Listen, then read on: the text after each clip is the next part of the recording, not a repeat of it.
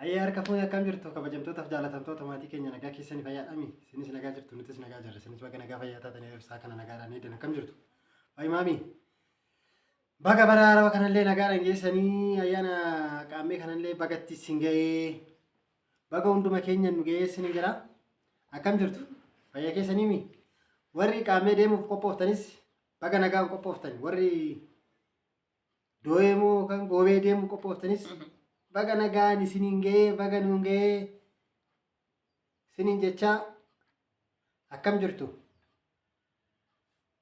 fayyaa keessanii nutis nagaa jirraa dhiifama jidduudhaan namni masanaakilii namaa dhabamu kanaaf akkam barri haarofti jalqabbiin isaa maal fakkaata baga isiniin ga'ee baga nuun ga'ee barri haarofti immoo jaalalaa kan gammachuu kan badhaadhinaa kan guddinaa kan karooraa itti baafannee hundi keenya itti milkoofnu waaqayyo nuuf haa godhu isiniin jechaa akkam jirtu nagaa keessanii baaluullee narraa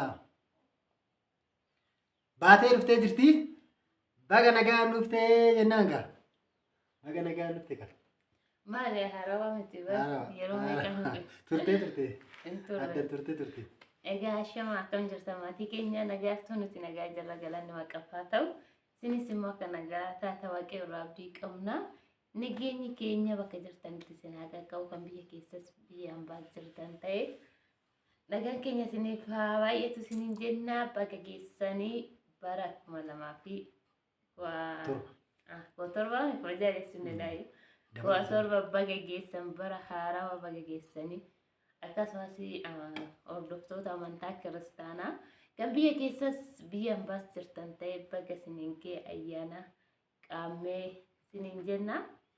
Egaa baga walumaan nuun ga'ee ayyaanni akkam simbira kan biyya keessa jiru qaamaan dabarsaa kan biyya ormaa jiru immoo yaadumaan dabarsa waan ta'eef egaa ayyaanni simbira akkamiin nu biratti immoo baay'ee bareeda baay'ee tokko gaariidha isiniin jenna baga geessanii daadhii qophaa'ee coomni qophaa'ee wanti hundi qophaa'eedha guyyaan irraa guyyaa seensaa xumura bara 2016ti.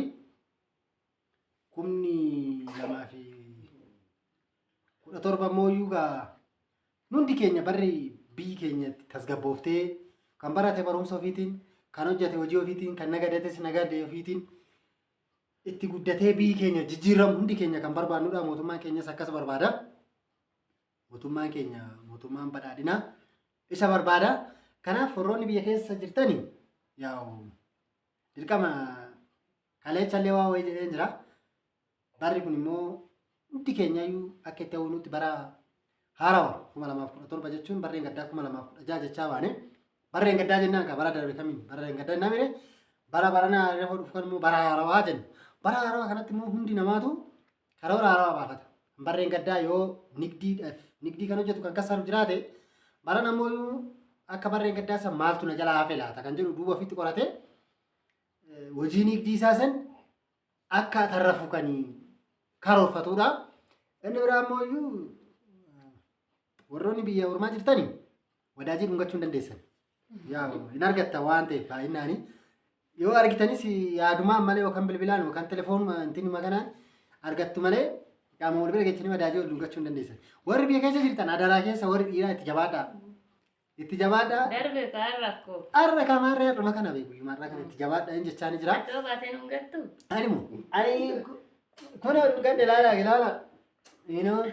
dhungadhe jabaadha jabeecha sirriitti dhungadha isinillee wadaajii keessanii anis kiyya dhungadhe jira isin warri immoo mana biraa qabdani yaa akkuma nama godhe kana adaraa keessanii jabeechaa dhungadhaadha warri immoo gana haarawaa chiikii maal jedhama afaan amaariffaati faashinaa nama chiikii jedhama. Nuti jaalallee keenya sani jaalallee jenne gisee keenya san jaalallee takka wayii dhugaa gisee isaanii yaa'u baloonni wadaajii dhungachuun nurraa fagaate baay'ee dhungachuus argachuu hin dandeenye nan sosodaadha. Yeroo nullee roobee dhoqqee keessatti lafaan kuffifneeti dhungachaa turre. Faccoo gaafii tokko si gaafadhaatti gisee sanitti wadaajii hungatte moo hunganne?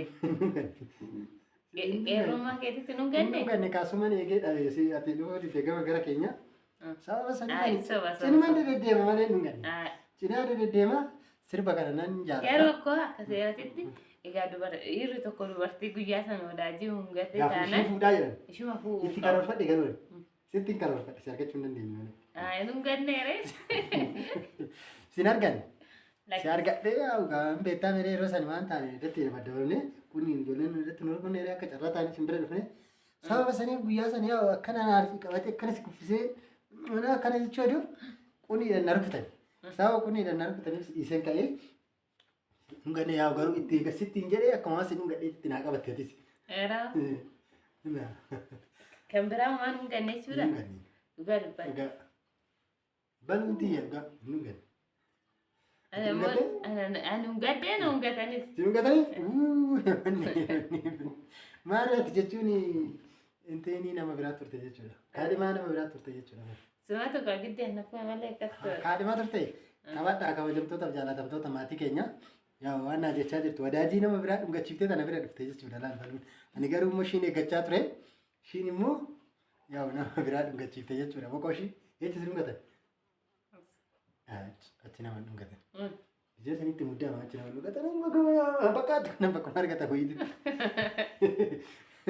Bakka argata ho'iitti gallakkisaniiti. Atamma egeree yoo ta'an namchaan kee amma wadaajii dhungachuuf ba'a. Egaa har'a akkuma beekamu guyyaa qaameti mucaan keenyas immoo har'a wadaajiin arganne jala darban osoo inni rafuu riibiyaa osoo rafuu jala darbanii waggaa irraatti immoo gidduu qaba. Ani kaasuuf illee mokkoree ture ganam. Yaa jechuun mucaan baluun ganama riiba jaalatti ifa manaa godhaati. Hin beektu miiresin baluun riiba jaalatti ganama. Mucaan illee kan akka ishii ganama galgala halkan keessatti xiqqoo irra bashaa. Sambooda jechuudha. Harma ishumaayyuu garaadhaaf ka'a. Hodhuudhaaf. Harma hodhuu ka'a harma hin hodhaa. Gaddeebi'ee rafaa ganama giddiidhaan akka hin taane xiqqiseen kaaseedhaan bishaaniin akkana tuttuttee yaa horii sistuudhaaf giddaan kaafta hin ka'u. Kanaaf immoo kana isin haa kennu isiniifillee hunda keessanii.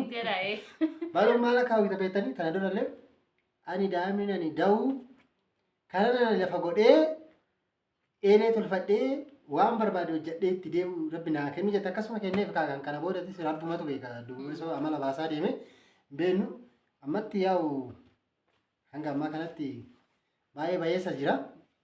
Akkuma kiyya jechuudha amalli isaa akkuma kiyya gaafa. Amala gaarii qabdee miti? Sirriitti gaa. Dhugaa. Bataamete namatti tolta. Ani iddoo kaasutti baay'ee tambaayee sodaachaa ture.